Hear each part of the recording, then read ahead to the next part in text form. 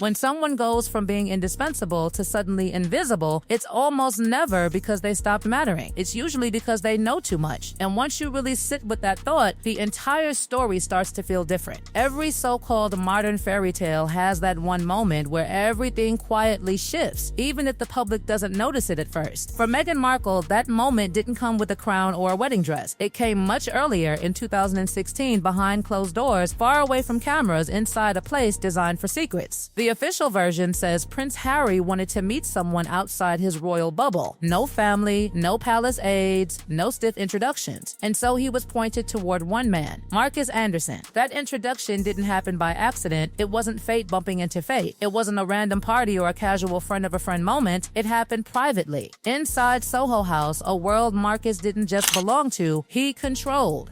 He wasn't standing in the background. He facilitated it. He shaped it. He stayed involved as the relationship quietly formed, protected from public view. And when someone introduces two people at that level, they're not just setting up a meeting. They're curating a narrative. They're framing a version of reality. They're deciding what gets shared and what stays buried. So the real question was never just who introduced Harry and Meghan. The real question has always been which version of Meghan was introduced and what parts of her past never made it into that room. Fast forward to December 2025. Meghan is stepping into the spotlight again, this time selling something deeply personal, a lifestyle brand built entirely around her truth, her journey, her authenticity. This is the moment when trusted figures from the past usually appear. This is where credibility gets reinforced, where longtime allies speak up and say, "I was there. I saw it." And yet Markus Anderson is nowhere to be found. No interviews, no cameos, no warm reflections, nothing. And this silence isn't accidental. Sources say he won't appear in future projects either. And that timing, impossible to ignore. He doesn't disappear during quiet years. He disappears at the exact moment Meghan's story is being monetized at its highest value. Silence like that isn't passive.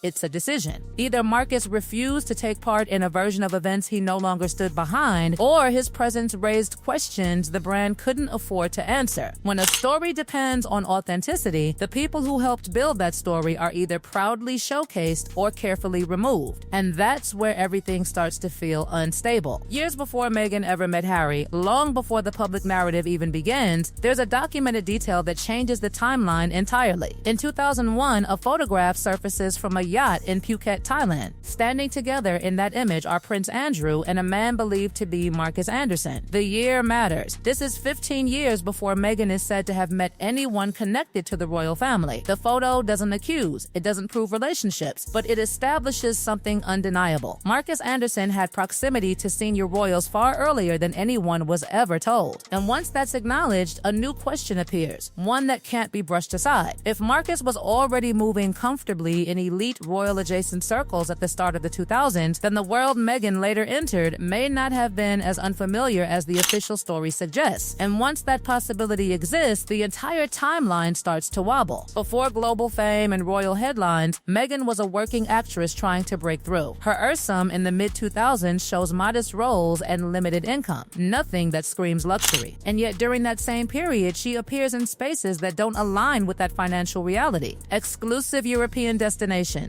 private yachts, elite social environments usually reserved for the ultra-wealthy. This isn't about judgment, it's about contrast. Those worlds don't open themselves. Access like that requires invitation, a gatekeeper, someone trusted on the inside. And by that time, Markus Anderson was already deeply embedded in elite networking spaces where introductions weren't casual. They were curated, carefully designed. So the question isn't whether Meghan was ambitious, it's who helped her walk through doors that rarely open without help. Lay the pieces side by side. Markus Anderson is documented in elite circles by 2001. Meghan begins appearing in similar environments years later. Then in 2016, Markus formally introduces her to Prince Harry. These facts exist separately, but together they create overlap that's impossible to ignore. The official story says Meghan's connection to royalty begins with Harry, but the timeline suggests her proximity to power began much earlier, with the same man quietly acting as the thread running through it all. No speculation is needed. No accusations are required. This is simply what happens when timelines are aligned instead of isolated. When viewed as a whole, the rise doesn't look sudden anymore. It looks structured. Markus Anderson built his career on silence. That silence made him valuable. It protected powerful people. It kept doors open. But silence only works when loyalty runs both ways. His background remains unusually opaque. His rapid rise, his early access, his long-standing proximity to people far more powerful than his public persona would suggest. These aren't conclusions, they're unanswered questions. And now, the person who once stood closest to Meghan's private journey has been erased from her public narrative entirely. That creates pressure. Because when someone who knows the full version of events is removed, the truth doesn't disappear. It waits. And the longer it waits, the heavier it becomes. Markus has never told his story. He facilitated connections. He guarded privacy. He stayed behind the curtain while others stepped into the spotlight. That discretion built his career and protected the people he helped. But now, the story being sold to the world no longer includes him. And that's the moment everything changes. Because when the architect of access is written out, the structure starts to shake. Silence stops being loyalty and starts becoming a burden. And the most dangerous phase of any carefully managed narrative is when the person who knows the truth realizes they have nothing left to protect. Whether Markus Anderson ever speaks publicly remains unknown, but his absence is no longer quiet. His silence is no longer invisible. And the questions surrounding how Meghan Markle truly rose from actress to duchess aren't fading. They're waiting for the one person who saw it all to decide that his version of the story finally matters. People don't usually erase the most important witness to their life story, especially when they're trying to convince the world that story is real. And when the person who knows the most suddenly disappears, the silence itself becomes the mystery. Markus was never famous. He didn't chase attention. His power came from something far more valuable: access. He worked at Soho House, a private members club designed for powerful people to exist without being seen. Actors, billionaires, royalty, industry leaders, all moving through rooms built to feel invisible from the outside. Markus rose quietly from an entry-level position to becoming a global membership director. He didn't just attend those rooms, he decided who entered them. That role demands trust, discretion, and silence. If the right person met the right opportunity at the right time, Markus was often the invisible hand making it happen. Not by accident, by design. So when Meghan entered that world, she didn't stumble into it. She was guided. And Markus wasn't just nearby. He was central. He understood how elite networks worked, how introductions changed lives, and how careers could quietly pivot without ever making headlines. That's why removing him from the story isn't neutral. It removes the blueprint. This wasn't a loose friendship. Meghan's own words made that clear. In 2016, she described Markus as loving, supportive, endlessly fun, someone she couldn't imagine life without. That kind of language isn't casual. It signals trust, emotional closeness, dependence, and her actions matched those words. Markus was present at nearly every major milestone. He organized private events, attended her wedding, planned celebrations, showed up consistently, even when the spotlight was elsewhere. This wasn't someone drifting in and out of her life, this was someone woven into it, which makes his sudden disappearance impossible to ignore. People don't walk away from relationships like that without a reason, and they're rarely pushed out unless their presence creates discomfort. And now, that discomfort is hanging in the air, unspoken, unresolved, waiting, unresolved, waiting, unresolved.